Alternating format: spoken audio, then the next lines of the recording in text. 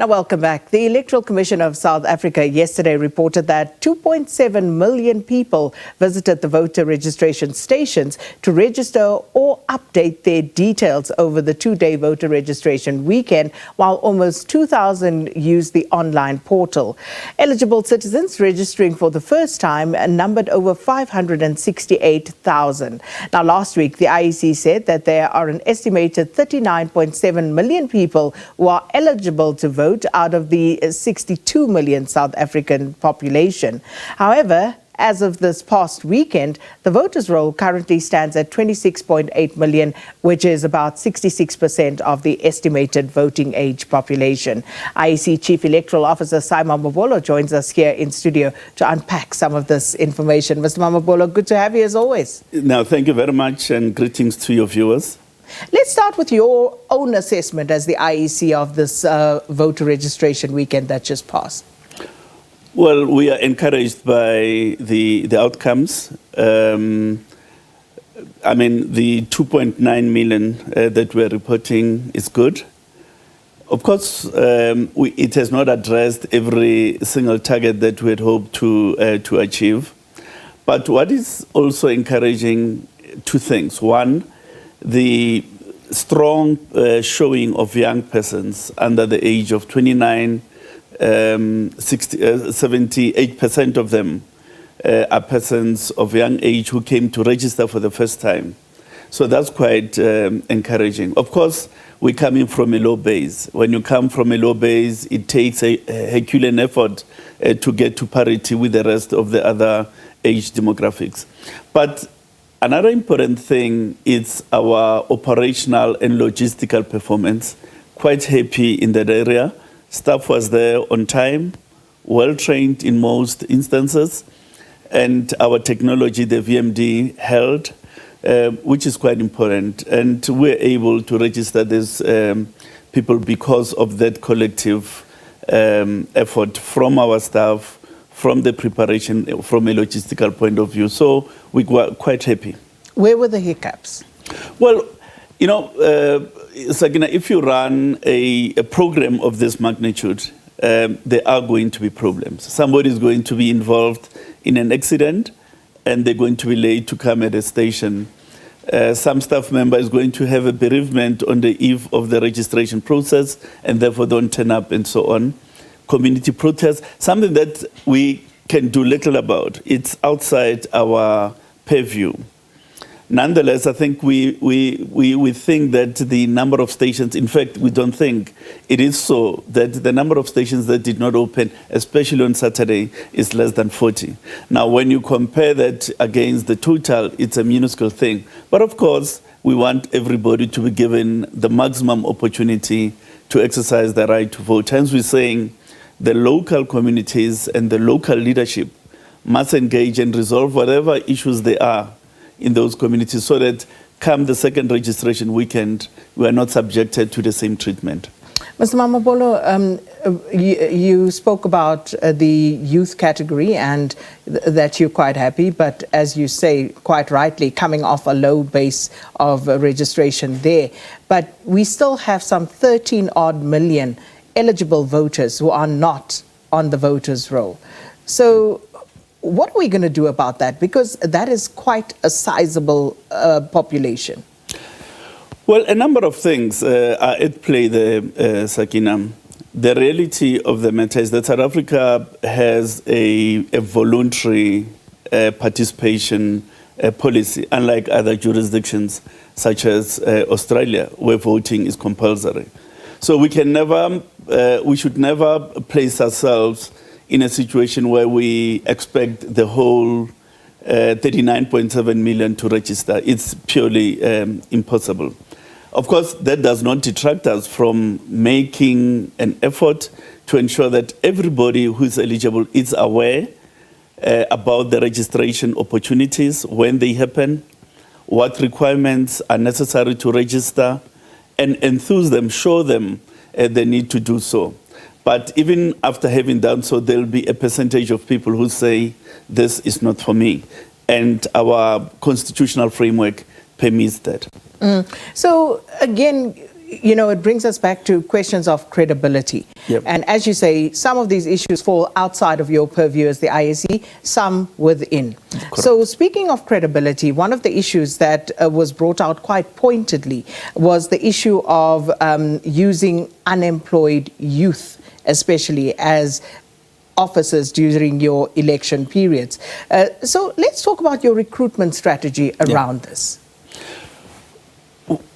Many elections back, the Commission agreed with political parties that there ought to be a selection and recruitment criteria, which is discussed in the National Party Liaison Committee.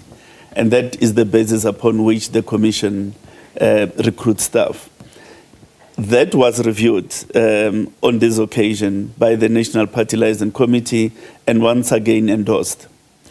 And we went out and recruit on that basis. Some of the key provisions of that selection and recruitment criteria is that you must be South African citizens, obviously. You must be on the voters' roll. You shouldn't have held political office in the last 5 years. You shouldn't be an executive member of a trade union that supports a political party, something like that. And once the recruitment is done, we present the prospective staff to Party Liaison Committee at the local level, where they may raise objections to people who transgresses the provisions of the selection criteria. In this instance, 12 objections were raised, and all those were upheld by the Commission, so 12 people were removed. Now, I think that's the constitutionally permissible way of dealing with the issue, where you don't take a class of people and say these people are debarred from employment because of political considerations. But you look at the performance of each person and their history individually and say, Sai Mamabolo, we know him to be this, and the other thing. And where such is established, Sai Mamabolo must be removed. Because if we are not careful, we run the risk of someone else coming and saying, there's this other class of people who we think should not be employed. Where does that lead the Commission to? It will lead to a situation where the rights of association of certain categories of people are flaunted upon, and so on and so on. Now, for instance, let's take the staff that we had over the weekend. There were 68,000 such staff people, and over 50,000 of them were young people unemployed.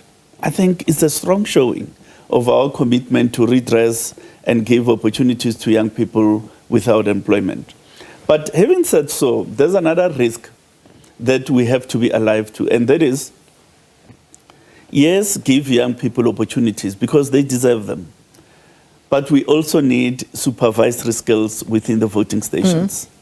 Because young persons have not had that opportunity and exposure.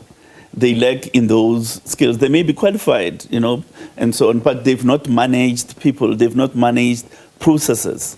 They've not managed logistics. So you still need someone with supervisory and management experience to ensure that things run smoothly. If I may, Mr. Mamabolo, and I think the objection in principle is because of the high unemployment rate in the country. So people are saying, so now you have teachers moonlighting as election officials, whereas they are already employed. So if Sakina Kamwendo is already working for the SABC, if she wants to volunteer her services, by all means, maybe pay her a little stipend for the days on which she works. But is it fair in a country with such a high unemployment rate that you would employ people who are already employed? Look, I think we must also disabuse ourselves of the notion that it's a panacea to the unemployment situation in the country. It is not. But to be fair, I don't think that's what people are saying. They're saying, here's an opportunity for employment in this moment in time. Yeah, but here's the issue. If you're talking unemployment, this is not a panacea to redress that. It's an opportunity for 3 days at the most. Of course, that 3-day stipend does make a difference in a person's life. But at the end of the day, the IEC must ensure that voting stations are well managed. And for it to be able to do that, it needs people with the requisite experience and management skills. If things collapse, because a person that the IEC has placed in a voting station has never had that exposure, and not because those people are bad or whatever, they just have not had the exposure. That type of situation would be sad development for South Africa. Therefore, the issue is not this or the other thing, it's creating a judicious balance between those two imperatives. And that's what the Commission is trying to achieve. And I think you're going to hear a lot more of this as we get closer to the election. But the other issue is, of course, with regard to independent candidates and their participation in next year's general election. How far are we with that, given the litigation that is also still ongoing? Well, we are anxiously awaiting the decision of the court in the matter. As a constitutionally compliant body, we believe that the court must be given the space to deliberate on the matter and reach its conclusion. But the longer it takes, the greater uncertainty there is, and therefore impact on the election program. For instance, we can't finalize certain of the business applications. We can't start allowing prospective independent candidates to start capturing signatures because we don't know what the quantum is going to be. So really, it would be preferable if a judgment were given so that there is certainty for all role players. And as we speak right now, how many parties and or individuals have already registered for next year's elections? Parties, we have just under 600 who have registered. That does not automatically translate in them being on the ballot. There are certain requirements that must be fulfilled, such as the number of signatures, whose quantum is still under consideration by the Constitutional Court, and an election deposit that must be paid. And only then can we, with a measure of certainty, say so many on the National Assembly ballot, so many on the provincial ballots. So that's going to be very interesting because it's going to have a profound impact on your work, not the least of which is printing a ballot paper, which we still don't know what it's going to look like at this stage. Yes, we don't, but here are the realities. If we were to go beyond 46 parties on any ballot, be it national or provincial, then we're going to go for a two-column ballot. In other words, there'll be one set of parties on the left-hand side and another set on the right-hand side. It would be a novel thing for the country were that to happen.